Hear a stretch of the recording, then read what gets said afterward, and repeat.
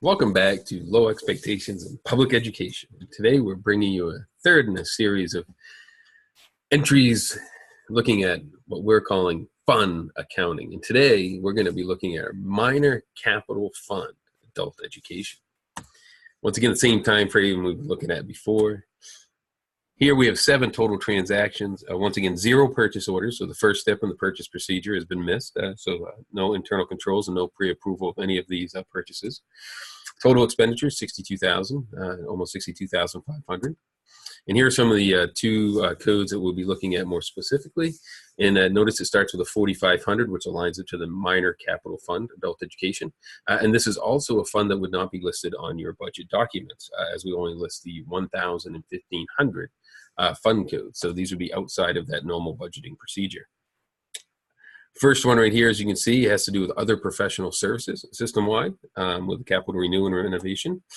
And then the second one that we're going to look at, and this one's really fun, non-technology related repairs and maintenance, as you can match up the red words with the numbers there.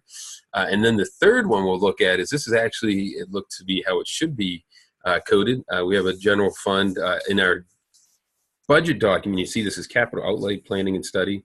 If you look at our the state accounting handbook, it's architecture and engineering, other professional services that are reimbursable system-wide, so absolutely would fall into what you think of as capital outlay planning and study. So it looks like that would actually be accurate there.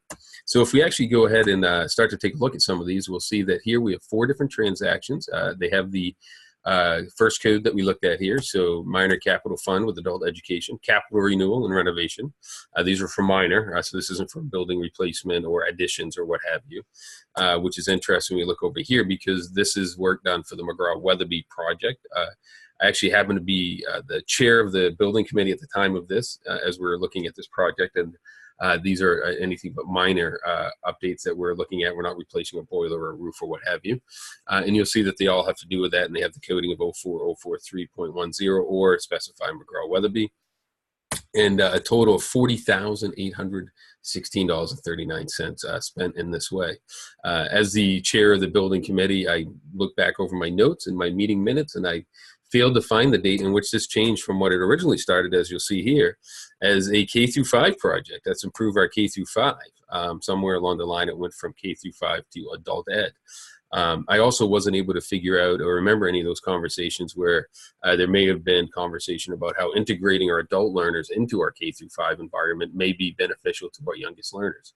Couldn't find that either, but somewhere along the line it changed. As you see here, it was originally coded as the third code that I showed you, which is the general fund overhead capital outlay, as it shows in the budget documents, or architectural engineering, other professional services, which makes sense as we are planning out a project dealing with McGraw and Weatherby.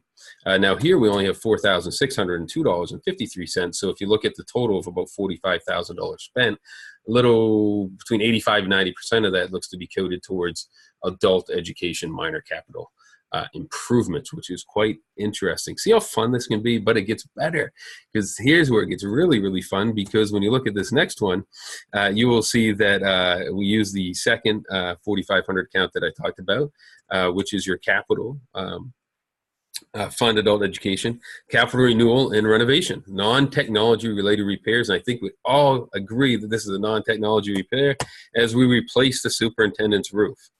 Okay, so we replaced the roof, and the beauty part about this one is not only is this on the 4,500, which not show up on your budget, but it's also conveniently just under the magic number that you'd have to go out to bid, $9,780, but well over the amount that would need to be pre-approved by the finance committee or the board.